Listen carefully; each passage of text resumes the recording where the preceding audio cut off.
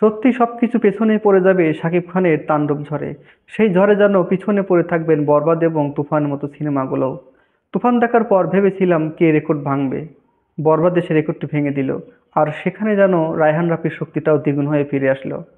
তিনি হয়তো মনে মনে স্থিরই করে ফেলেছিলেন যেভাবে হোক, যে কোনো মূল্যেই হোক, তাণ্ডব দিয়ে বরবাদকে টেক্কা দেবে, আর তিনি পেরেছেনও বটে। শাকিব খানকে নিয়ে তাণ্ডব যেভাবে শুরু করছেন রায়হান রাফি, তাতে সেখানে টিকে থাকা খুবই কঠিন হয়ে পড়েছে বরবাদ এবং তুফানের মতো রেকর্ডগুলো।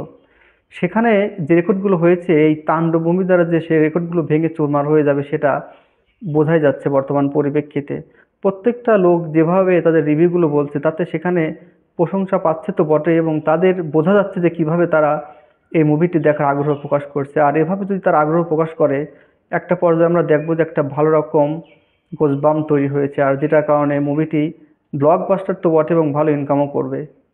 এখন দেখার বিষয় যে ছবিটি মুক্তি পেলে কোথাকার জল কোথায় গড়ায়। তবে এটা একটা পরিষ্কার বিষয় হতে যাচ্ছে যে তাণ্ডব দ্বারা রেকর্ডগুলো ভেঙে দেওয়া সম্ভব হবে, এবং ভেঙে যাবে তুফান এবং বরবাদের মতো রেকর্ডগুলোও। এখন এই তাণ্ডব মুভিটি মুক্তি না পাওয়া পর্যন্ত আমরা কিছু বলতে পারছি না স্টোরি লাইন কেমন হবে। যাই হোক, যেভাবেই হোক, আমরা ভালোভাবে কিন্তু বুঝতে পারছি যে তাণ্ডবে একটা ঝড় নিয়ে আসবে। সে ঝড়ে এখন কোন রেকর্ডগুলো কিভাবে ভাঙে সেটা এখন দেখার বিষয়। সব কিছুর জন্য আমাদের ওয়েট করতে হবে ঈদুল আজহা পর্যন্ত, যতদিন না ছবিটি মুক্তি পায়। গানগুলো আসলে আরও বুঝতে পারবো যে ছবিটি কোন পর্যায়ে যাবে এবং কতটুকু হাইপ তুলতে পেরেছে, কারণ গানই কিন্তু সব। যাই হোক, শাকিব খানের বরবাদ এবং তুফান মুভির যে পেছনে পড়ার একটা সম্ভাবনা আমরা দেখতে পাচ্ছি, সেটা পড়েও যেতে পারে এবং সেটা হবে হয়তো। এভাবে কথাগুলো মাথায় রেখে কিন্তু রায়হান রাফি তার পরবর্তী কাজগুলোতে হাতে নিয়েছিলেন যখন তার তুফান মুভিটি শেষ হয়। অনেক ভেবে চিন্তে কিন্তু শাকিব খানকে নিয়ে এরকম তাণ্ডব শুরু করেছিলেন।